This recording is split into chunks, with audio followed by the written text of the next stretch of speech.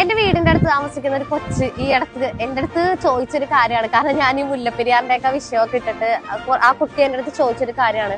വരാൻ പോകുന്നത് ഓഗസ്റ്റ് 15-ാം തീയതി ആണല്ലോ, അന്ന് ഡാം പൊട്ടുമെന്ന്. അപ്പൊ ഞാൻ ചോദിച്ചാൽ നീ എന്താണ് അങ്ങനെ ചോദിച്ചേ?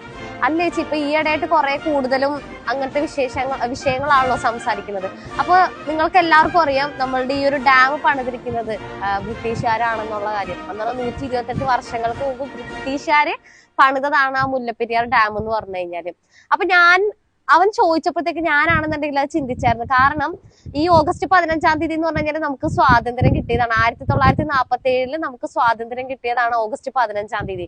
അപ്പൊ അത് റിട്ടേൺ ആയിട്ട് ഇനിയിപ്പോ മേ ബി ഈ ഒരു മുല്ലപ്പെരിയാർ ഡാം പൊട്ടിക്കഴിഞ്ഞു കഴിഞ്ഞാല് ഇനിയിപ്പോ നാളെ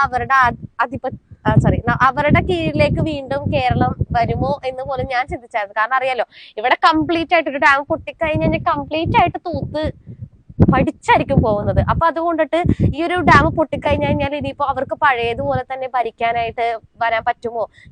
അങ്ങനെയൊക്കെ ഞാൻ ചിന്തിച്ചായിരുന്നു. കാരണം ആ ഒരു കുട്ടി അവന്റെ കുഞ്ഞു മനസ്സിൽ തോന്നിയ ഒരു കാര്യം എന്റെ അടുത്ത് വന്ന് ചോദിച്ചപ്പോ ഞാൻ ചിന്തിച്ചൊരു കാര്യമാണ്, നാളെ ഇനിയിപ്പോ പഴയതുപോലെ തന്നെ ബ്രിട്ടീഷുകാർ നമ്മളെ ഭരിക്കാനായിട്ട് വരുമോ എന്നുള്ള കാര്യം.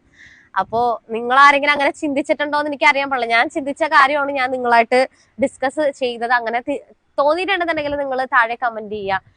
വേറൊരു കാര്യം പറയട്ടെ.